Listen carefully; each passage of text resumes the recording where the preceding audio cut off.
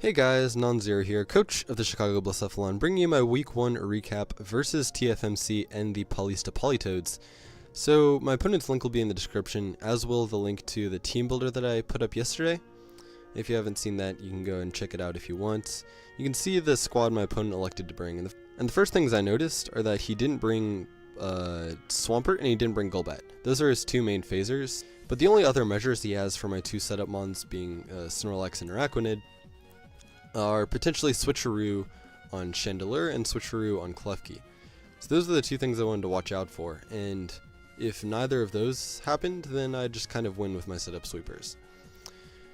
So that's what I'm thinking going into the game. I go ahead and lead off with my Rachi here. My dedicated lead, being Scarf, it's able to get off an attack if it wants, or just set up rocks, which is what I opt for turn 1. I'm okay if he decides to stay in and set up a spike himself, as he goes hard Torkoal. And so turn 2, I hard switch into my Snorlax, as he elects to set up his own rocks. And at this point I'm thinking, okay, if he doesn't have Switcheroo on Chandelure, I probably just win. And if he does have Switcheroo on Chandelure, then I can at least scout for it, and I don't lose too much from just trying to set up here. And so, I click Curse, he clicks Wisp. I don't really care because I'm Facade once again. And I also have Earthquake to be able to hit Chandelure once my attack gets back up. And yeah, it is actually, as it turns out, more or less over at this point. He goes back into Klefki, I just keep cursing up for a bit. And now at this point, I believe I start throwing off Facades. Just because might as well. I think I curse one more time here, as I realize that he can't touch me, he's just setting up spikes. And the reason I wanted to curse up like a solid amount was because of this mon here. I didn't want him to be able to Dragon Dance up and potentially break through me with a crit.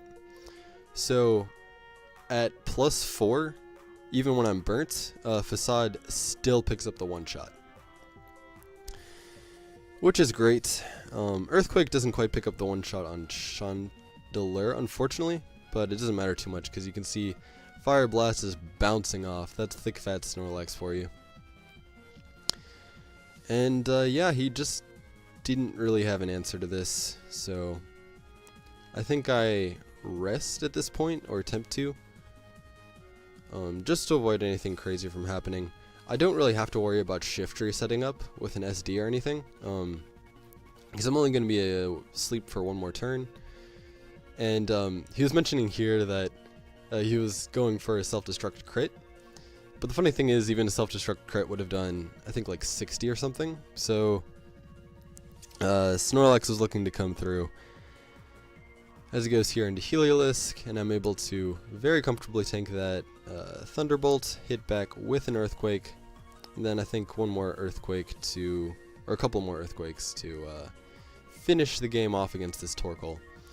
So Snorlax putting in the finest of work, getting us a 6-0 sweep in our first week. Really happy that I was able to do that. This was one of the mons that I was looking forward to having fun with this season. But yeah, that's going to be the replay. Not too much to be said. He just didn't really bring an answer to curse setup Snorlax, and I was able to come through because of it. See you guys next time. Peace.